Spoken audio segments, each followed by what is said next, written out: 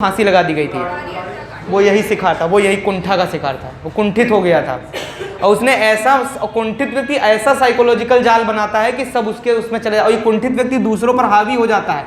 कभी भी अगर आपको कोई ऐसा व्यक्ति मिले कि आप चीज़ सही बता रहे हो और अगला घुस घुस के कह रहा नहीं यही सही है, समझ लेना ये पक्का कुंठा वाला है, इसका तो कभी ना मानना। कुंठित व्यक्ति चढ़ बैठेगा आपके ऊपर, कहेगा यही सही है, यही यही करो, और इतना आपको डिमोटिवेट कर देगा कि अब अंत में अपना विवेक खो दोगे और उसका ही सजेशन लेके काम कर बैठोगे। तो कभी भी कहते ना अपनी अकल लगाओ, दूसरे पे मत जाओ, ठीक है। तो याद रखना हमेशा कुंठित व्यक्ति, और कुंठा व्यक्ति कौन होगा? वही आएगा जो मान लो टीटी 10 बार दे चुका है, नहीं पास हुआ, बीएड करके बैठा, तुम बीएड का फॉर्म भरो, तुमसे तो क्या कहेगा, बीएड करे जा रहे हो, बेकार है यार, बीएड करके कुछ नहीं होता यार, सब बकवास है यार, कोई मतलब है, हमें देखो करके बैठे कुछ हुआ का, कोई भर्ती होते नहीं। और ये नहीं बताएगा कि हमने टीटी पास नहीं कर, क्योंकि टीटी पास करना उसकी इच्छा थी और वो अपनी इच्छा को पूरी नहीं कर पाया, इसलिए वो क्या हो गया, कुंठित। अब वो दुनिया से कहता फिरता कि बीएड बीटीसी बेकार है, उसका एक, जितने लोग कहें कि फलानी चीज बेकार है, समझ लेना कुंठित है ये। जो अपनी इच्छाओं को हल नहीं कर सकता वही क्या होता है, कुंठित। नकारात्मक बातें कौन करते हैं? नकारात्मक बातें कुंठित लोग करते हैं, पहले पकड़ लेना। जो भी व्यक्ति नकारात्मक बात करे, जहां उम्मीद हो वहां उम्मीद न जगाए, वो भी क्या है, नकारात्मक। आपने कहा भैया जाओ जरा समोसा ले आओ, अरे बहुत देर हो गई, अब समोसा कहाँ मिलेगा, अरे भैया, ऐसे बहुत लोग होते हैं। और बहुत जो कहे अरे समोसा, अरे सब भी लाते हैं समोसा, लाओ लाओ लाओ, ये होता कौन? अब सारी बालक, समोसा लाना होगा, अभी सारी बालक कहा भैया जाओ समोसा खाने, बहुत मन है, सामने दुकान है, जाओ वहाँ से कोल्ड ड्रिंक ले आओ और समोसा बगल में था ले आओ। अब आप खड़े हो, आयो लावा जल्दी, देखो कुछ है ही नहीं उनके पास। वो गया वहाँ तक, उसने ऐसे झांका, देखा ताला लगा है, फिर देखा है ताला लगा है, फिर वहीं थोड़ी देर इधर उधर देखा और फिर चला आया, कहाँ है, ताला बंद है, दुकान बंद है। ऐसे ही बोलते स्लो मोशन में, दुकान बंद, मन तो कहता जूता लेके दौड़ा ले, दुकान बंद। अरे तुमको कहीं कुछ दिखा नहीं, यहाँ हम मार बैठे हैं कि अब आ रहा समोसा हो, ऐसा लगता है भैया। जब आप किसी के प्रेरित हो तो आपके सबसे पहले झिल्ली नजर जाती कहाँ है, और नहीं मिला झिल्ली, साइकोलॉजी यही कहती है, सबसे पहले हम अगर किसी कोई सामान मंगाते हैं तो उसका हाथ ढूंढते हैं कहाँ है।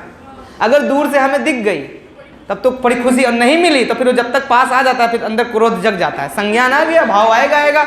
और अगर कहो, कुछ लोग कौशल भी कर देते हैं, कौशल मतलब उठा ली डंडा जूता, किंतु कब मिला नहीं कहीं कुछ, ठीक। तो ऐसा होता है, समझ गए। तो क्या हम बता रहे थे अभी आपको, लास्ट पॉइंट हमने क्या बोला था? हाँ, अब ये होता है। और अब सारी बालक, ये अब सारी बालक, कौन बालक है ये? अब सारी बालक। और अभिसारी बालक नहीं, ये कौन सा बालक था? अभिसारी था। कौन सा बालक? अभिसारी। और अब सारी बालक, तुम खाली कहो कि आज हमारा कुछ अलग खाने का मन हो रहा है, ऑप्शन वो देगा आपको बगल में बैठ के, दैट इज अब सारी बालक। आप अभिसारी बालक से हो गए तो क्या खाइए हो। और अब सारी बालक, अभिसारी बालक, अब सारी बालक क्या कहेगा, यार आज कुछ अलग खाने, क्या खाओगे, क्या चाउमीन खाओगे, टिक्की खाओगे, डोसा खाओगे, बटासा खाओगे, समोसा खाओगे, तो तुम खुदे कंफ्यूज हो जाओगे। तुम ठहरे हो अभिसारी बालक, तुम खुदे अभिसारी हो, ठीक है, और उल्टा तुम अभिसारी से डिमांड कर रहे हो तो तुम तो चौपटे हो जियो। अगर अभिसारी बालक अब सारी बालक से डिमांड करेगा तो विकल्प मिलेंगे तड़ातड़, और दोनों अभिसारी होंगे तो क्या होगा, वो कहेगा दुकान बंद है, अच्छा दुकान बंद है, आओ चाय ही पी ले, दोनों लोग चाय पी के सो जाएंगे, समझ गए। और अब सारी बालक अलगे होते हैं, उनकी कैटेगरी, वो जाएंगे, उनसे समोसा मंगाओगे, वो जाएंगे दुकान बंद है, वो दुकान पहली बार जाएंगे नहीं, उनके पहले मनन चल रहा होगा, यार इतने बजे समोसा कर रहा है, इतने बजे रोज आते हैं, दुकान बंद रहती है। एक ऑब्जर्व मैंने किया, दुकान बंद है, आज भी दुकान चेक करनी, वहाँ तक जाना ही नहीं, थोड़ी दूर तक जाना है, साइकिलें देखनी है, दुकान नहीं देखनी है, साइकिलें देखनी, गाड़ियाँ देखनी, खड़ी हैं तो जाऊँगा, नहीं तो नहीं। उससे पहले कुलिया आती, वहीं से मारेगा टन और पाएगा डिग्री कॉलेज, और डिग्री कॉलेज पर भी दुकानें बंद, जाएगा सीधे पाउन पर भी दुकानें बंद, फिर जाएगा पुलिस लाइन, वहाँ भी दुकानें बंद, फिर देखा रास्ते में वापस, निराश तब भी नहीं होगा, विकल्प पे विकल्प चल रहे होंगे, और कहाँ मैंने समोसे की दुकान देखी, कहाँ देखी, ठीक। उतने देखा कि दादाजी समोसा चढ़ावे जाते, वहां जाएगा, उनकी भट्टी जल्दी जल्दी सुलवाएगा, उनके समोसा तलवाएगा और झिल्ली में भरवाएगा और ले ला के खड़ा हो दे, दैट इज अपसारी बालक। ये होती है उनकी कैपेबिलिटी। और अभिसारी बालक उतनी देर में सो जाइए वहीं, जो सूखा सूखा मिले। तो ये इसीलिए अभिसारी, और इसीलिए अक्सर पेपर में आता है सृजनशील बालकों का चिंतन स्तर होता है, ऑप्शन होगा अपसारी, अभिसारी, फलाना, दिमागा, तो क्या बताओगे, अपसारी। एक क्वेश्चन आपका डन हो गया, सीटेट और टेट दोनों में मिलेगा, इस बार भी मिलेगा, ठीक है, आएगा जरूर। प्रतिभाशाली बालकों का चिंतन स्तर कैसा होता है, अपसारी, ठीक है। यहाँ समय लगा समझने में, लेकिन पेपर में लगाने में समय नहीं लगेगा।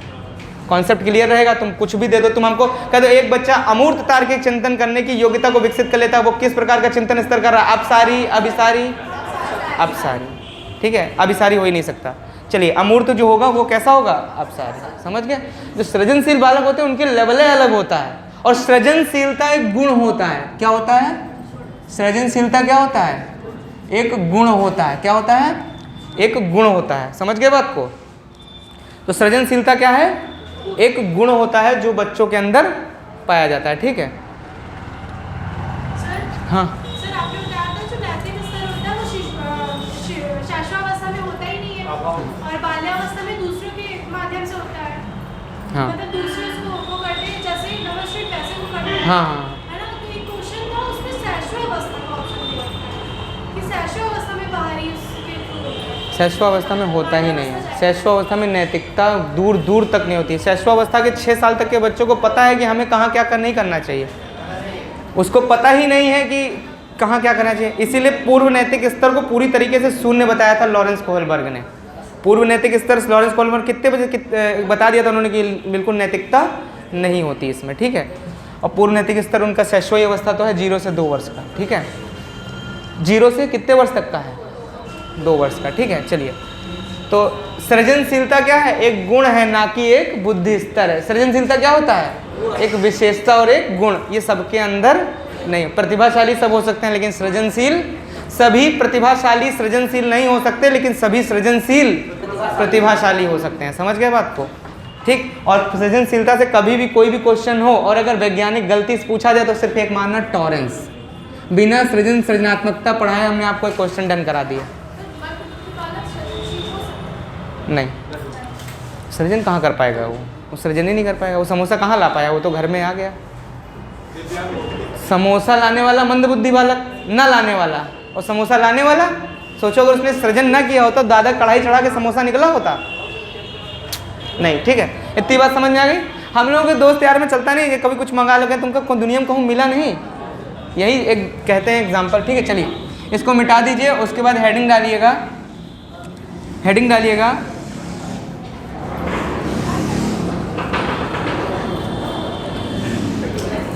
हेडिंग डालिएगा। क्या डालेंगे? हेडिंग हेडिंग डालिएगा बुद्धि। ठीक है, नया टॉपिक है इंटेलिजेंस, बुद्धि। ठीक है, फोन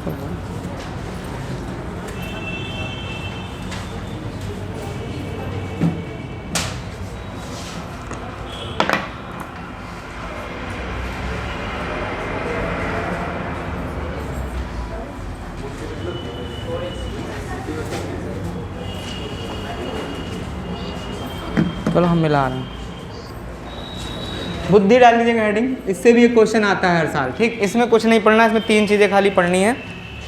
हेलो, हाँ कहाँ हो? हैं? अच्छा, यहाँ यार कोई नहीं, आज हम ही अकेले फंस गए।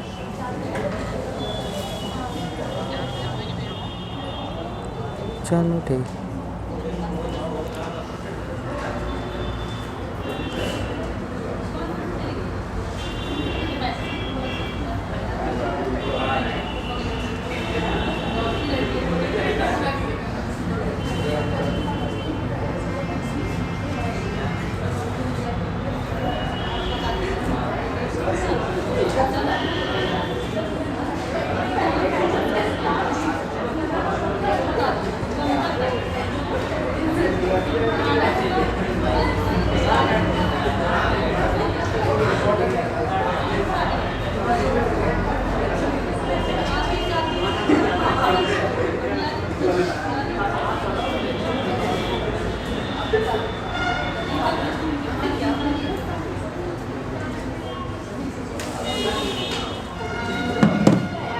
ठीक है पता। चलो भैया बुद्धि पे आ जाओ। बुद्धि एक टॉपिक है, इससे 4 क्वेश्चन से कम 3 क्वेश्चन आते हैं। सुनो, 3 क्वेश्चन आएंगे आपके जिसमें जूनियर टेट में, 3 क्वेश्चन जूनियर में आते हैं और 2 प्रश्न जो होते हैं वो आते हैं आपके यूपी टेट में। ठीक है, यूपी टेट में भी शिक्षण कौशल आता है, लेकिन बहुत कम आता है, 5 नंबर का आता है केवल। ठीक, वो भी आपके रेंज में होगा। ठीक है, बहुत रेंज में होगा, उसमें ज़्यादा दिमाग लगाने की जरूरत नहीं पड़ेगी। ये व्यवहारिक क्वेश्चन होंगे। अगर आप हल्का सा भी आपने अधिगम पढ़ रखा है, टीचर के गुण समझते हैं, तो आप आराम से लगा लेंगे। शिक्षक का गुण क्या होता है, चलो बता देंगे। 5 क्वेश्चन आएंगे पेडागॉजी के, ठीक है। बुद्धि में क्या क्या पढ़ना है, सबसे पहले तो हमको इंटेलिजेंस के बारे में कुछ वैज्ञानिकों ने अपने अच्छे अच्छे कथन कहे हैं और आते ज़रूर हैं। जैसे टर्मन का कथन है, ठीक है। टर्मन ने क्या कहा है बुद्धि को लेके, बताइए। किसने कहा है बुद्धि कार्य करने की विधि है, लिख लो, बहुत पूछी जाती है।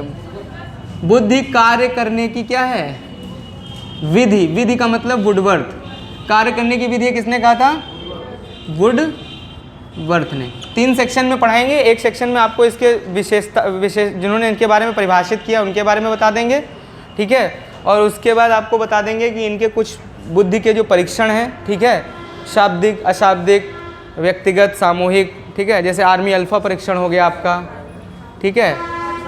ये सब आते हैं, पूछे जाते हैं, ठीक। वाक्य पूर्ति परीक्षण हो गया, पास एलांग टेस्ट हो गया, अलेक्जेंडर टेस्ट हो गया, ठीक है, क्यूब कंस्ट्रक्शन टेस्ट हो गया। ये सब आते हैं। बताओ किससे संबंधित हैं, कैसा है, तो वहाँ पर आपको एक एक करके लिखवा देंगे तो आपको समझ में आ जाएगा, ठीक है। कार्य करने की विधि है, किसने कहा था, वुडवर्थ महोदय ने, ठीक है। बुद्धि क्या है, कार्य करने की विधि है, ठीक। अगला लिखो, बुद्धि ज्ञान अर्जन की क्षमता है। बुद्धि ज्ञान अर्जन की क्षमता है, ज्ञान अर्जन की क्षमता है, लिख लीजिएगा, वुडरो महोदय। बुद्धि ज्ञान अर्जन की क्षमता है, किसने कहा, वुडरो, ठीक है। बुद्धि एक जन्मजात इकाई है, किसने कहा, जन्मजात इकाई है, किसने कहा, पियाजे। बुद्धि एक अविभाज्य इकाई है, अविभाज्य इकाई है, किसने कहा, एल्फ्रेड बिने, एल्फ्रेड बिने, ठीक है। एल्फ्रेड बिने ने सन 1905 में, एल्फ्रेड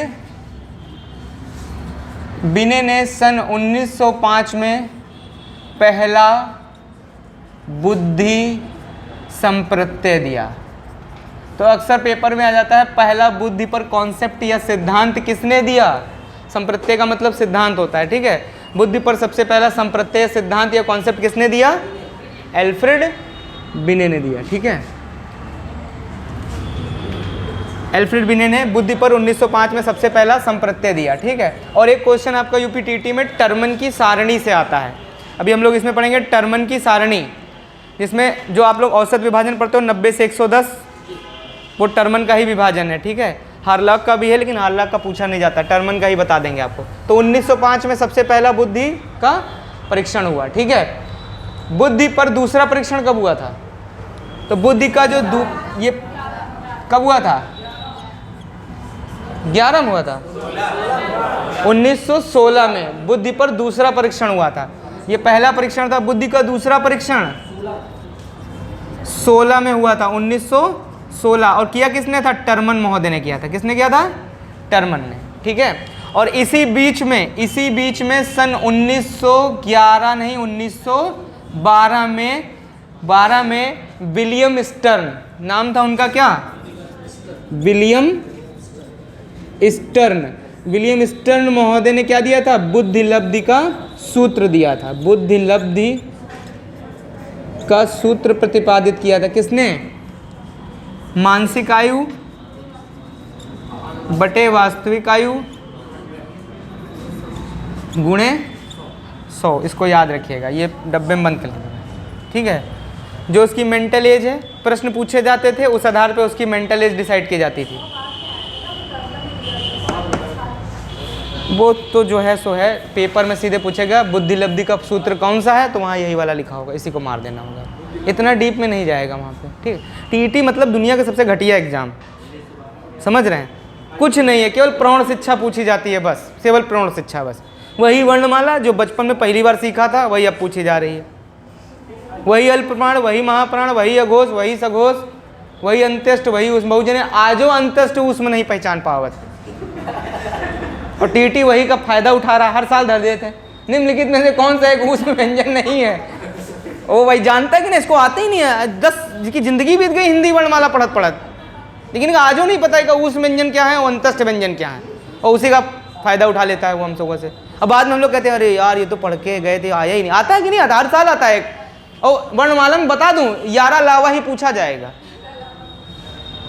और सा सा सा सा सा सा बस। अभी कौन होते हैं आज जाके चेक कर लेना, समझ रहे हो, सीधे आएगा। और महेश्वर सूत्र बहुत लोग नहीं जानत कितने होत, महेश्वर सूत्र में सूत्र कितने होते यहू नहीं जानत लोग। 14 4000 तो पता ही नहीं किसी को। महेश्वर सूत्र किसने दिए? पाणिनि को लोग नहीं जानते। ठीक, महेश्वर सूत्रों पर संशोधन वर्तिकार किसने दी? वो भी कोई नहीं जानता। उसका भावार्थ किसने लिखा? पतंजलि, उसको भी कोई नहीं जानता। तो फिर जानते क्या हो? और इसी का नाजायज फायदा उठा के 1 नंबर धर देता, कहता इसको पता ही नहीं है। अरे एक ने सूत्र बनाए, उसका नाम था पाणिनि, अष्टाध्यायी जिसको बोलते हैं। पाणिनि, संस्कृत का शुरुआत बता रहा हूँ, ये समझ गए तो संस्कृत समझ में आ जाएगी। संस्कृत का पहला जो मेन जो धर्म जो ग्रंथ है उसको बोलते हैं अष्टाध्यायी, और किसने दी थी? पाणिनि। संस्कृत का सबसे बड़ा वेदाचार्य कह लो या सबसे बड़ा गुरु किसको कह सकते हैं हम लोग? पाणिनि को। संस्कृत के जनक भी मान सकते हैं किसको? पाणिनि को। पाणिनि ने जो बना के दी उसमें जो संशोधन दिए गए कि यार ये गलत लग रहा है, इसको सही किया जा सकता है, तो संशोधन काट काट के जो नई पुस्तक बनाई गई उसको बोलते हैं हम लोग वर्तिकार। क्या बोलते हैं? वर्तिकार। और वर्तिकार के प्रणेता पूछे जाते कौन है? संकृत्यायन। कौन होते हैं? संकृत्यायन। समझ गए बात को? और उसके बाद जैसे हम लोग रामचरितमानस पढ़ते हैं तो लिखा रहता है उसके नीचे हिंदी लिखा रहता है ना, वैसे ही इस संस्कृत की अष्टाध्यायी का वर्तिकार का नीचे अनुवाद कर डाला, उसको बोलते हैं पतंजलि। समझ गए बात को? नहीं भी नहीं समझे? महाभाष्य नहीं समझे बात को? 3 याद कर ले, फंस जाती पे बहुत ज़्यादा संस्कृत। विशाख दत्त पूछ ले। और आयादि संधि का सूत्र तो जैसे उनके सबसे बड़े जीजा हैं, हर बार आता है आयादि संधि, आया संधि। समझे? समझ रहे हो ना बात को? पेपर फंसाओ वर्ल्ड कप जाओ वाली स्थिति है। अब तो वर्ल्ड कप खत्म होगा, ठीक है ना? कोई बात नहीं, चलिए अच्छी बात है, चलें आगे बढ़ें। हैं क्रिकेट है, जो अच्छा खेलता है वही जीतता है। चलिए टर्मन जान गए, बुद्धि लब्धि का ये जान गए, कोई दिक्कत इतने में? ये पूछा जाता है बुद्धि लब्धि का सूत्र किसने दिया? वहाँ बिने और साइमन और स्टर्न होते हैं, तो क्या लगाओगे? स्टर्न लगाओगे। ठीक है, इतनी बात समझ में आ गई। और परीक्षण अलग अलग है क्या? हाँ, संप्रत्यय का मतलब होता है सिद्धांत। परीक्षण भी इन्होंने ही किया था, दोनों काम इन्होंने किया था। तो 1906 कहाँ गया? 1906 में पहला परीक्षण किया था, 1906 में पहला। और प्रश्न 1905 से जब आता है तो 1905 नहीं पूछता, सीधे पूछेगा बुद्धि पर सबसे पहला संप्रत्यय या वैज्ञानिक ने दिया, तो क्या बताओगे? अल्फ्रेड बिने। और जब बोलेगा बुद्धि पर पहला परीक्षण तो 1906 बताओगे। लिख लो, बुद्धि पर पहला परीक्षण कब हुआ था? ये संप्रत्यय था और 1906 में पहला परीक्षण हुआ था। परीक्षण अलग चीज़ है, ठीक है? परीक्षण हुआ था 1906 में। हाँ, और वैसे तो संशोधन भी दिया था सन 1908 में। 1908 में संशोधन भी था, लेकिन ये सब घटिया चीज़ें हैं, टाइम पास करना हो तो लिखवा दें, कोई मतलब है नहीं, आता बता नहीं है, ठीक है? किताबों में बहुत अथाह ज्ञान लिखा है, उसका कोई उद्देश्य नहीं है, बेकार की चीज़। खाली 3 चीज़ें पूछेगा भैया, कब हुआ, किसने दिया, टर्मन भी नहीं आएंगे, ठीक है? ये 4 परिभाषाएं याद कर लेना, इनमें से एक आएगी इस बार, पक्का आएगी इसी बार, ठीक है? समझ रहे हैं बात को? चलिए आज इतना ही रखते हैं, कल आपका बुद्धि हम पूरा विद परीक्षण, विद इनके स्टेटमेंट सब लिखवा देंगे, ठीक? समझ गए? थॉर्नडाइक के अनुसार बुद्धि कैसी होती है बताओ? थॉर्नडाइक के अनुसार बुद्धि के कितने प्रकार? 3। कौन कौन से? मूर्त, अमूर्त। थॉर्नडाइक ने किस बुद्धि को गामक बुद्धि कहा? थॉर्नडाइक ने किस बुद्धि को सामाजिक बुद्धि कहा? गामक बुद्धि को, ठीक है? ऐसे आता है प्रश्न, ठीक है? तो अच्छी बात है, तैयारी जिनकी बहुत अच्छी है, बहुत बढ़िया बात है। कुछ बहुत ज़्यादा नहीं है, जितना हमने अब तक पढ़ाया है आपके प्राइमरी में मोस्टली क्वेश्चन वहाँ से मिल जाएंगे। अभी नहीं पढ़ाया, बुद्धि में ही पढ़ाएंगे। हाँ, यही तो सब बचे हैं अभी सृजनशीलता बची हुई है आपकी, टॉरेंस। क्लास आपकी मान के चलिए कि 20 तक तो चलेगी, संडे का तो इंतजार करना ही पड़ेगा, क्योंकि और संडे का प्रारूप समझ लीजिए। हम संडे का प्रारूप हम बात कर रहे थे, हम उतर गए। संडे पढ़ाएंगे हम कैसे, जरा सुनो। देखो, अगर हम बोर्ड पे पढ़ाएंगे तो हमारी एक बीमारी हमने आपको बताया था अभी, हम जब तक घुसेड़ने नहीं देंगे खोपड़ी के अंदर तब तक हटने वाले नहीं, है ना? तो हम थोड़ा सा मेथड चेंज करेंगे। मेथड ये रहेगा कि हम आपको एक बुकलेट प्रोवाइड कराएंगे, ठीक है? एक मैंने बोला था ना, हमने बहुत पहले बोल दिया था कि हम एक आपको और बुकलेट देंगे, इसको पार्ट 2 समझिए, डिटेल वाली है, फुर्सत से पढ़ती है। और एक आपको देंगे जो इमरजेंसी जीवन रक्षक दवा। तो ये जीवन रक्षक दवा आपको संडे को बढ़ जाएगी। क्या बढ़ जाएगी? संडे को बढ़ जाएगी, ठीक है। ये जीवन रक्षक वाली नहीं होगी कि कोई बुकलेट बांटी जा रही है, ये जीवन रक्षक दवा होगी कि इसी में से पेपर आपको प्रबलतम में मिल जाएगा पेपर, ठीक है। और दूसरी जीवन रक्षक दवा होगी आपकी साइकोलॉजी की। तो साइकोलॉजी में कुछ लोग कह रहे हैं बुकलेट, तो मैं आपको बताऊं इतना शॉर्ट हमने बनाया, इससे शॉर्ट क्या बुकलेट हो सकती है? किसी से भी आप नोट्स मिला लीजिए पूरे उत्तर प्रदेश में, इससे शॉर्ट कहीं नहीं लिखा होगा। ये बुकलेटें हैं जो लिए हो, ठीक। बस इतना है कि जो नए हैं, जिनके पास नहीं है वो लोग क्या करेंगे, जिनके पास नहीं है, जो लोग नए हैं वो क्या करेंगे, वो नोट्स फोटोकॉपी करा लेंगे और उसी में हम हाइलाइटर मरवाएंगे, तो कम समय में दोनों कवर हो जाएगा, ठीक। जो चीज़ें ईवीएस में समझाने लायक हैं वो हम आपको समझा देंगे, ठीक है, वो हम आपको समझाएंगे। और अभी आपके भैया आ रहे हैं मैथ वाले, मैथ पढ़ लीजिएगा आज, क्योंकि मैथ में भी आपका बहुत कुछ रह गया है, वो भी कवर होना है, ठीक है। तो कैसे पढ़ाएंगे जरा सुन लीजिए हमारी बात ध्यान से। ईवीएस में शुरू होगा पारिस्थितिकी से, ठीक है। बुकलेट आपके पास रहेगी इधर, उसमें भी सब चीज़ रहेगा। जहाँ हमें समझाने की ज़रूरत लगेगी वहाँ हम समझाना शुरू करेंगे, जहाँ हमें समझाने की ज़रूरत नहीं है वहाँ हम सीधे बोलेंगे बेटा रट्टा मारो, सुपर टेट में देखा जाएगा, ठीक है। अब जैसे हमको आपको ऐसे तो हम हमेशा पढ़ा के समझाते हैं, 21 मार्च और 23 सितंबर, 22 दिसंबर, 21 जून। जब तक हम समझा नहीं लेते तब तक हमारी आत्मा को शांति नहीं, जब तक हमें नहीं पता होता कि बच्चा समझ जाए उत्तरी गोलार्ध में क्या है, दक्षिणी गोलार्ध में, बच्चा खुद कल्पना कर ले। लेकिन अब उतना समय हमारे पास है नहीं, पढ़ाएंगे तो 35 मिनट कम से कम ले जाएगा वो मेरा टॉपिक। तो उसके लिए उपाय ये रहेगा कि उसमें लिखा रहेगा, बोलूँगा रटो बेटा इसको, अभी रट लो, कि सुपर टेट में भूगोल में डिटेल में पढ़ लिया जाएगा, ठीक है। तो सीधे एक क्वेश्चन यहाँ से, बेटा प्रकाश संश्लेषण एक आएगा जरूर, चाहे क्लोरोफिल दे दे और चाहे किन किन जरूर से चीज़ों से मिला के अपना भोजन बना लेते हैं, ये जरूर पूछिए। बेटा ये है आपका कौन सा, पृथ्वी के ऊपर का मंडल, और चलेंगे पृथ्वी के नीचे के मंडल में। 2 पिरामिड बनाएंगे हम, एक पिरामिड रहेगा पृथ्वी के ऊपर वाला, एक रहेगा नीचे वाला, क्रस्ट, कोर और मेंटल वाला रहेगा, ठीक। इसके अंदर क्या क्या पाया जाता है, यहाँ से क्वेश्चन उठा के धर देता है पेपर में, ठीक है। एक क्वेश्चन कहेंगे बेटा ऊपर चलो, इधर है क्षोभ मंडल, फिर समताप मंडल, फिर आयन मंडल, फिर बहिर्मंडल, फलाना मंडल, मध्य मंडल, सब। एक क्वेश्चन बेटा कहेगा कहाँ पर होलिका पिंड आता है, कहाँ से वर्षा होती है, कहाँ पर रेडियो तरंगे चलती हैं, कहाँ से एक क्वेश्चन आ जाता है बेटा, समझ रहे हो ना हमारी बात। अरे भैया ये तुम खाली ये दिवस याद करो बस, 5 जून 16 सितंबर, जब कुछ भी ना याद कर पाना तो 2 याद करके चले जाना, 5 जून 16 सितंबर। और थोड़ा सा और अगर तुम्हारे पर बुद्धि है तो तुम्हें काम करना, ये 2 एक और याद कर लेना, 22 3 22 हैं, अप्रैल से शुरू करना और मई तक पहुंच जाना, पहले जल गिराना, फिर पृथ्वी पर गिराना और फिर जैव विविधता पैदा कर देना, ठीक। और अगर तुम बिल्कुल कमजोर हो, बिल्कुल याद नहीं होता, तो ये 2 याद करना और एक गिफ्ट हैम्पर के तौर पर जैव विविधता दिवस याद कर लेना, बस। समझ रहे हो? पढ़ने ऐसा नहीं होगा कि पहली बार देख रहे होगे, आपको सब आता है, लेकिन बस हम आपको वो बताएंगे कि कहाँ से क्वेश्चन नहीं आ रहा है, यहाँ से क्वेश्चन जो बता रहा हूँ मैं, सटीक पॉइंट बिल्कुल वहीं से उठना ही है पेपर में, चाहे जितना तुम पढ़ के चले जाओ, आना वही है, ठीक। 22 तारीख हो गई, ये याद कर लो। उसके बाद अगर बेटा रिस्क नहीं लेना चाहते हो, थोड़ा तुम्हारे पास प्रतिभा है, तो जाते जाते 3 और पढ़ लेना।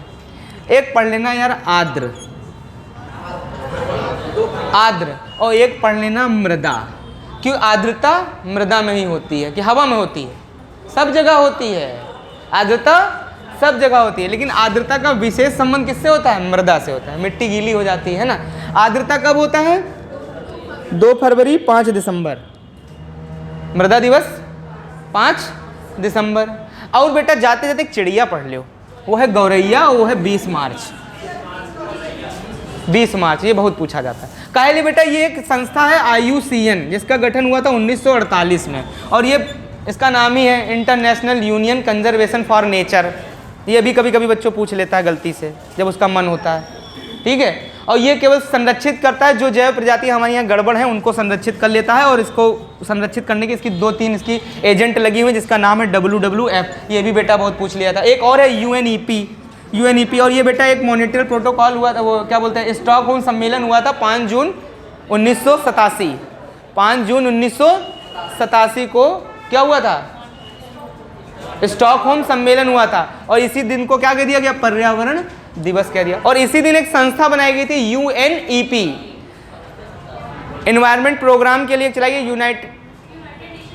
यूनाइटेड नेशन एनवायरनमेंट प्रोग्राम चलाया गया था, UNEP चलाया गया था। ये बहुत इंपॉर्टेंट है। ये भी क्या करता था, जितनी जैव प्रजातियां जो संकटग्रस्त हैं उनको क्या करते थे ये लोग। अब बेटा होता क्या है कि जो ये IUCN होता है, ये जब भयभीत हो जाता है कि हमारी प्रजातियां विलुप्त हो रही हैं, तो करता क्या है कि 3 ठो अभ्यारण्य बना देता है। अब कोई चीज़ संकटग्रस्त है पर्यावरण में, मान लो जैसे जैव विविधता जा रही है, पेड़ पौधे जा रहे हैं, वनस्पति जा रही है, कोई स्पेसिफिक जीव था वो भी बेचारा जा रहा है, और अगर वो जाएगा तो हमारा पर्यावरण क्षतिग्रस्त होगा। ठीक है, इतना सारा विकास हो रहा है और विकास होगा तो एनवायरनमेंट क्षतिग्रस्त होना ही होना है भाई। पेड़ कटेंगे तभी तो बिल्डिंग बनेगी। एनवायरनमेंट का डेवलपमेंट से बहुत बड़ा संबंध होता है। जब तक डेवलपमेंट होगा तभी एनवायरनमेंट क्षतिग्रस्त होगा। तो अगर एनवायरनमेंट में डेवलपमेंट को बढ़ाना है तो एनवायरनमेंट को भी बढ़ाना पड़ेगा। यही आज की सबसे बड़ी नीति है कि अगर यहाँ मान लो भाई पेड़ पौधे हुआ करते थे, अब यहाँ पे क्या बन गई हैं, बिल्डिंगें बन गई, तो एनवायरनमेंट क्षतिग्रस्त हुआ, जो जीव जंतु रहते थे वो भी तो क्षतिग्रस्त हुए। तो ऐसी चीज़ों को बचाने के लिए, एनवायरनमेंट को सुरक्षित करने का, आपने पढ़ा होगा ये उसको खाता है, वो उसको खाता है, वो उसको खाता है, फिर अपघटन करता है, उसको खत्म करते हैं, फिर वो एनवायरनमेंट में आता है। आज जितने प्राकृतिक तेल के संसाधन देखो, डायनासोर और जितने बड़े बड़े विशाल वेल मछली ये सब मरी है ना समुद्र के अंदर, तब इनके अंदर का जो बायोडिजर्व बाहर निकला है, तो वो जाके आज प्राकृतिक संसाधन बना है। वही निकालते हो तुम खोद खोद के नीचे से। नहीं समझे बात को? तो ये एनवायरनमेंट, तो बेटा उसको बचाने के लिए IUCN ने एक संस्था है, उसने काम किया, उसी ने एक रेड डाटा बुक बनाई है, जो लोग इंपॉर्टेंट हैं उनको रख लेती है इनके अंदर, उनको बचाने का काम करती है, जगह जगह जाती है और बचाए बेटा 3 ही तरीके से सकती है, चाहे वो आदमी हो चाहे जानवर हो। 3 चीज़ होगी, एक नेशनल पार्क बना देती है, एक वन्य जीव अभ्यारण्य बना देती है, एक बायो रिजर्व बना देती है। बेटा 4 बायो रिजर्व हमारे यहाँ भारत में है। पश्चिमी घाट पूछा जाता है, ठीक है, टोटल 36 होते हैं, 37 हो गया, लेकिन पेपर में 36 लगाना अगर आए तो पेपर में, ठीक है, क्योंकि वो जल्दी अपडेट करेंगे नहीं। समझ गए? कितने होते हैं, कहाँ होते हैं, तुमने जो पढ़ रखा है उसको अपने पास रखना, जो हम तुमको देंगे उसको पढ़ के चले जाना पेपर में। अब बेटा ये अगर अभ्यारण्य जान गए तो पूछोगे ये अभ्यारण्य क्या होता है, ये क्यों बनाया गया अभ्यारण्य और वन्य जीव क्यों बनाया गया? जीवों को, वनस्पतियों को संरक्षित करने। अब इसी में बेटा पढ़ लो स्वस्थाने और फलाने स्थाने, कभी कभी स्थाने फलाने स्थाने पूछ लेते हैं। जो हियाँ रहते हैं उनका हुए बैठा दो तो उनका का कहाते हैं, जो हियाँ नहीं रहते उनका हियाँ बैठा दियो तो वही का कहात उनका। ये भी बेटा TT पूछ लेता है। ठीक, ये हो जाए तो फिर चलो 2-4 तो तुमको अभ्यारण्य से घुमा तो दिया, रणथंभौर चलो घुमा लें चल के, केवल लाम जाओ, चलो मणिपुर चलते हैं, तैरता हुआ राष्ट्रीय नेशनल पार्क, ठीक है, लोकटक झील पर है मणिपुर में, ठीक है, बहुत सारे अभ्यारण्य हैं, ठीक है, काजीरंगा है, दुधवा नेशनल पार्क है, ठीक है, रामगंगा कहाँ से आती है? जिम कॉर्बेट नेशनल पार्क से। सबसे पुराना Corbett national park Jim Corbett national park बोले दिया था, सबसे पुराना कॉर्बेट। ठीक, ये सब पढ़ ले। उसके बाद चलो भैया आप कहाँ चलते हैं? अब चलते हैं हम लोग पारिस्थितिकी पर। कौन किसको खाएगा, कैसे खाएगा, कौन सा पिरामिड सीधा है, कौन सा नीचा है, ऊर्जा का पिरामिड हमेशा ऊपर होता है कि हमेशा नीचे होता है? हमेशा ऊपर होता है। ठीक, बाकी जैवभार का पिरामिड कैसे होता है, कैसे जीव संख्या का पिरामिड होता है। फिर चलो प्रदूषण थोड़ा बहुत पढ़ लें, आजकल एनवायरनमेंट प्रदूषण बहुत है। ठीक, कुछ रोग पढ़ लें, मिनी माता पढ़ लें, ठीक है, भोपाल गैस त्रासदी पढ़ लें, बहुत सारी चीज़ें हैं। ठीक है, ये पढ़ने के बाद फिर चलो बेटा कुछ आंदोलन हुए, वो आंदोलन पढ़ लिया जाए। क्या पढ़ लें? आंदोलन। क्या पढ़ेंगे? आंदोलन। एपिको आंदोलन बहुत पूछा जाता है, हमने सुना है। ठीक है, चिपको तो बहुत बार पूछा गया है, और नर्मदा तो बिल्कुल घटिया है, रोजे रोज आ जाता है, मेघा पाटेकर, है ना, हर बार आ जाता है, कोई मतलब नहीं है ना, समझ गए ना। और वैष्णोई वाला किससे संबंधित था? वो तो हमने सीटेट में पढ़ा ही। एक वैष्णोई प्रजाति होती है राजस्थान में जो उसकी रक्षा करती है और उसको उस तरीके से मानती है, समझ, बहुत बार बचपन पढ़ा। ये सब पढ़ लो बेटा। फिर आओ चलो चलते हैं कहाँ? अब चलते हैं थोड़ा स्थल मंडल पर। स्थल मंडल से कम 10 प्रश्न आता है। स्थल मंडल में क्या पढ़ेंगे भैया? नदी पढ़ेंगे, पर्वत पढ़ेंगे, पठार पढ़ेंगे, झील पढ़ेंगे, मालवा का पठार पढ़ेंगे, दक्कन का पठार पढ़ेंगे। फिर बेटा कुछ चलो समुद्र तट हैं वो भी पढ़ लिया जाए, ठीक है। इधर काठियावाड़ तट पढ़ेंगे, फिर क्या पढ़ेंगे? कोंकण तट पढ़ेंगे, फिर कन्नड़ तट पढ़ेंगे, फिर मालाबार तट पढ़ेंगे, फिर कौन सा? कोरोमंडल तट पढ़ेंगे। बेटा कोरोमंडल तट में लौटते समय मानसून वर्षा करा देती है, यही 2 क्वेश्चन बहुत बनते हैं। आते समय यहाँ करा देती है, जाते समय यहाँ करा देती है। फिर भैया यहाँ चलेंगे, ये होगा, फिर वो होगा, यही कहानी चलेगी भैया बहुत देर तक। मनोविज्ञान मैंने जितनी बोली, क्या यहाँ से क्वेश्चन नहीं आएंगे? यहाँ नहीं आएंगे तो कहाँ से आएंगे? और जाते जाते 1-2 अधिनियम भी पढ़ लेना। अधिनियम केवल तुम 2 पढ़ना। कौन सा? एक 1986 और एक 1972। और एक टाइगर रिजर्व, और जरूर पढ़ के जाना भैया, ये तो गिफ्ट हैम्पर है, दिवाली गिफ्ट हैम्पर जो भी दिवाली निकली है मिला था, टाइगर रिजर्व। और टाइगर रिजर्व 1973, रट लो, खोपड़ी के अंदर बैठा लो। पृथ्वी सम्मेलन, रट लो, खोपड़ी के अंदर बैठा लो, एक एक क्वेश्चन पेपर में मिलेगा। 1992, ठीक है, 1992, ठीक है, याद रखना। ठीक, एक सींग वाला गैंडा कहाँ पाया जाता है? यही आएगा पेपर में, यही आएगा इस बार। एक सींग वाला गैंडा किस राज्य में पाया जाता है, किस नेशनल पार्क में? काजीरंगा। ठीक, जहाँ ये नदी झील खाड़ी, इन्हीं में थोड़ा समय लगेगा क्योंकि 10 मिनट। उसके बाद भैया चलो इंडिया बहुत पढ़ लिया, अब चलो आज वाह वर्ल्ड ज्योग्राफी पढ़ लिया जाए यार। बिल्कुल आएगा, पंपास घास का मैदान नहीं आता है तो वर्ल्ड ज्योग्राफी क्वेश्चन है। कहाँ हमारे यहाँ पाया जाता है? हमारे यहाँ तो गुलमर्ग और सोनमर्ग पाया जाता है, पंपास हमसे हमारे यहाँ कहाँ है? लेकिन वहाँ, अरे वही जाने तो वही इक्वाडोर पूछ लेते हैं, इक्वाडोर की जलधारा कैसी है? एक आपको बचपन में ये वर्ल्ड ज्योग्राफी भी दिखाएंगे थोड़ा, इसमें जो इंपॉर्टेंट क्वेश्चन है, जितने पर्वत पठार नदी झील तुम यहाँ पढ़ोगे वही वर्ल्ड ज्योग्राफी में भी पढ़ना पड़ेगा। ये देखो पर्वत, ये एंडीज पर्वत बहुत फेमस है, ठीक है, यहीं पर है कोटोपैक्सी। ये है आपका कौन सा सागर? अंध महासागर। अंध महासागर किसको बोलते हैं? अटलांटिक महासागर को अंध महासागर। अंध महाद्वीप किसको बोलते हैं? इसको बोलते हैं। यही वो रेखा है जिससे तीनों रेखा गुजरती, ये भी पूछा गया पेपर, वो कौन सा महाद्वीप जिससे तीनों रेखा गुजरती है? ठीक है, तो संडे को speed rapid fire repeaters batch चलेगा। अब आप रिपीटर वाला बैच पढ़ भी सकते हो। अब फ्रेशर वाला बैच पढ़ाएं का कि 3 रेखाएं होती हैं, कर्क रेखा, विषुवत रेखा, मकर रेखा, यह पढ़ी होगा। अब सीधे रिपीटर्स बैच, ये जा रही है कर्क, ये जा रही है ये विषुवत, ये जा रही है मकर, सीधे रिपीटर्स बैच चलेगा। धड़ाधड़ यही दिखाएंगे और यहीं पे मारते जाएंगे। ठीक, एक बार परिचय करा देंगे आपका, ताकि जो नए बच्चे हैं जिनको नहीं इतना नॉलेज है उनको याद आ जाएगा। ठीक, जैसे आपसे पूछेगा सबसे बड़ा महासागर कौन, हम आपको टीटी की वैरायटी भी बताएंगे। पूछने को बहुत कुछ है, लेकिन पूछता क्या है पता? घटिया क्वेश्चन। सबसे बड़ा महासागर कौन? रिक्शा वाला भी जानता है, प्रशांत महासागर। ठीक, सबसे बड़ी गर्त कहाँ है? बैकाल झील कहाँ है? बैकाल झील एशिया महाद्वीप, वही है, लेकिन पेपर में रसिया, ये पीसीएस में पूछता है रसिया। हाँ, कंट्री, बिल्कुल सही किया, बहुत अच्छी बात है। कंट्री बताया उन्होंने, कंट्री कहाँ आता है? ये एशिया में आता है, सीधी सी बात। मेरियाना गर्त कहाँ है? मेरियाना गर्त कहाँ है? एशिया महाद्वीप, प्रशांत महासागर। मेरियाना गर्त की गहराई कितनी है? 12 किलोमीटर। सब सोचो, समुद्र इतने गहरे होते ही नहीं हैं, सबसे ज़्यादा गहरी है मेरियाना गर्त, समझ गए? 12 किलोमीटर रेंज है, नीचे जाओगे पहुँच जाओगे गर्त के ज़मीन में। ठीक, यही सब क्वेश्चन आते हैं। सबसे बड़ी लंबी नदी कहाँ है? ये देखो, यहाँ से निकली, ठीक है, यहाँ से निकली, ये ब्लू रिवर और वाइट रिवर से मिलकर निकलती है, विक्टोरिया झील से निकलती है और एक टाना झील से निकलती है। ठीक है, जो ये ब्लू रिवर और ये विक्टोरिया झील और टाना झील से निकलती हैं और ये यहाँ जाती हैं काहिरा। काहिरा एक राजधानी है किसकी? इजिप्ट की। मिस्र की राजधानी क्या है? काहिरा। सूडान की राजधानी, सूडान की राजधानी, सूडान की राजधानी है खार्तूम। सूडान की राजधानी है खार्तूम, ये दोनों याद रखना। ठीक है, यहाँ पर सूडान पर मिलती हैं और यहीं से इसका नाम होता है नील नदी। नील नदी विश्व की क्या है? सबसे लंबी नदी किसको बोलते हैं? नील नदी को। नील नदी कहाँ गिरती है जाके?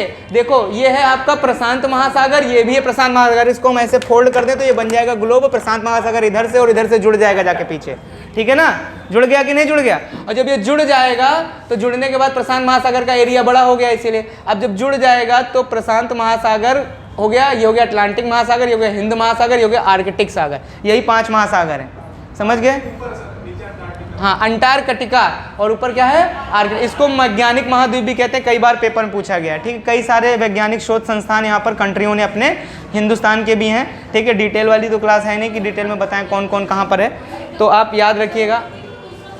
ये हो गया। उसके बाद सबसे आयतन में सबसे बड़ी नदी कौन सी है? आयतन में सबसे बड़ी नदी, आयतन की सबसे बड़ी नदी कौन सी है आयतन के क्षेत्र में? अमेजन नदी। कौन सी नदी? अमेजन। अमेजन कहाँ बहती है? दक्षिण अमेरिका में। अमेजन नदी कहाँ बहती है? दक्षिणी अमेरिका में। आयतन के दृष्टिकोण से सबसे बड़ी नदी, जल ग्रहण के तरफ। ठीक, भारत की सबसे लंबी नदी, भारत की सबसे लंबी नदी, दक्षिण भारत की सबसे लंबी नदी गोदावरी। कौन सी है? गोदावरी। गोदावरी कहाँ से निकलती है? गोदावरी कहाँ से निकलती है? नासिक से निकलती है, महाराष्ट्र के नासिक, सही कह रही हैं, त्र्यंबकपट, ठीक है। कहाँ से? नहीं, वहाँ से कृष्णा नदी निकलती है, ठीक है। कावेरी नदी कहाँ से निकलती है?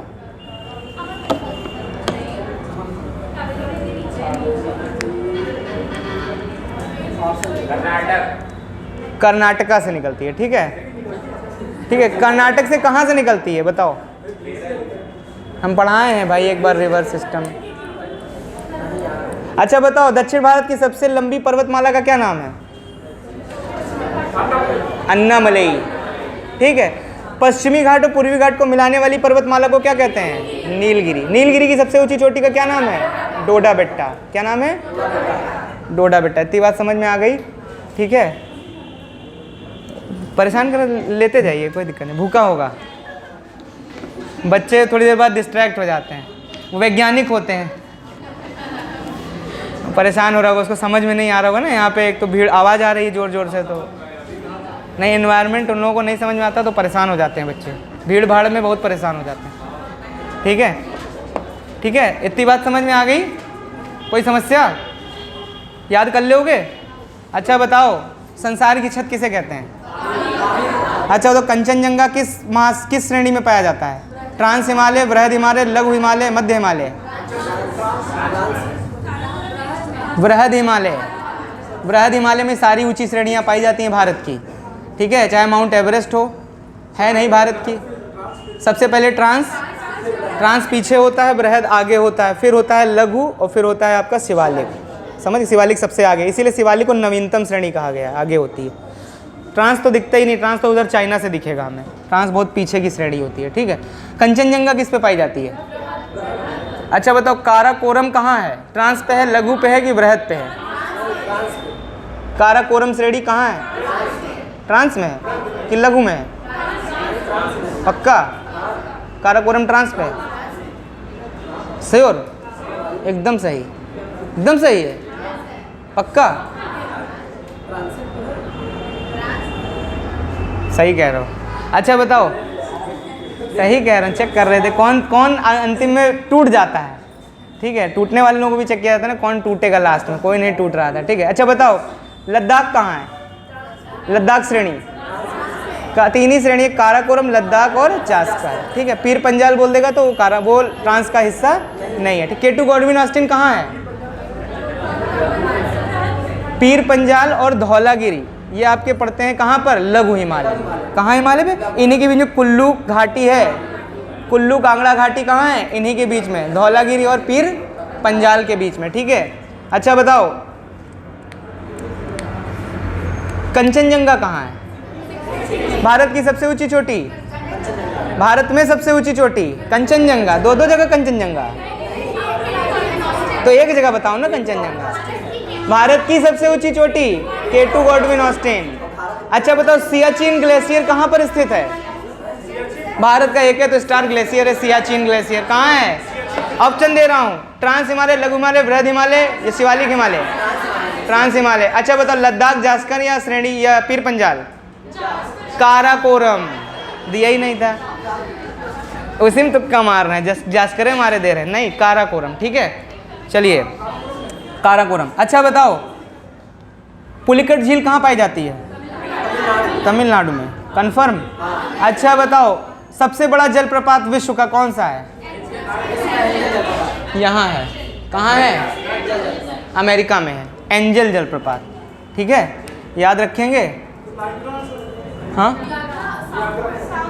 बॉर्डर पर होती है, कनाडा और यूएसए के बॉर्डर पर, ठीक है। कौन सी नदी है? सेंट लॉरेंस नदी है, सेंट लॉरेंस नदी, ठीक है, सेंट लॉरेंस नदी, ठीक है। ये है, ये असल में उल्टे हाथ पे पड़ रहा है ना, तो जल्दी जल्दी में बता रहे हैं आपको, इसीलिए। कहाँ पे पड़ती है? सेंट लॉरेंस नदी पर, ठीक है। अच्छा बताओ, वो कौन सी नदी है जो भारत से बीचों बीच कौन सी रेखा गुजरती है? कर्क रेखा। तो वो कौन सी नदी है जो भारत की कर्क रेखा को 2 बार काटती है? माही नदी। कौन सी नदी? माही नदी। अरावली पर्वत से कौन सी नदी निकलती है? लूनी नदी। कौन सी नदी? लूनी नदी। वो नदी जो नदी और सागर में अपना जल नहीं गिरा के कहाँ गिराती? कक्ष के रण में, दलदल जैसा उसी में घुस जाती है, पता ही नहीं चलता कहाँ गई, ठीक है। चलिए, अच्छा बताइए, नर्मदा नदी कहाँ से निकलती है?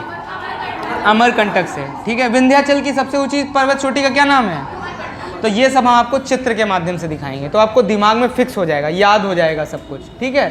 ये स्थल मंडल पूरा पढ़ाना है हमें, ठीक। जल मंडल में कुछ है नहीं, ये जलधाराएं वहाँ बता देंगे। इक्वाडोर किस महाद्वीप में, किस महासागर में पाई जाती है? इक्वाडोर जलधारा, इक्वाडोर जलधारा किस महासागर में पाई जाती है? इसमें, इसमें, इसमें, इसमें, इसमें, इसमें या इसमें? इक्वाडोर यहाँ पाई जाती है। इक्वाडोर ये आ रही है ऊपर से, इक्वाडोर ये आ रही है, ये इक्वाडोर किस महासागर में पाई जाती है? इक्वाडोर भी तो एक है। इक्वाडोर क्या है बताओ? बहुत लोग कह रहे हैं हाँ यहीं से इक्वाडोर जलधारा पाई जाती है, समझ गए। इक्वाडोर क्या है? दक्षिण अमेरिका का एक राज्य है जहां पर क्या पाया जाता है? एक ज्वालामुखी, क्या नाम है? कोटोपैक्सी पाया जाता है इक्वाडोर में, ठीक है। इक्वाडोर क्या है? एक देश है, किसका? दक्षिण अमेरिका का, ठीक है।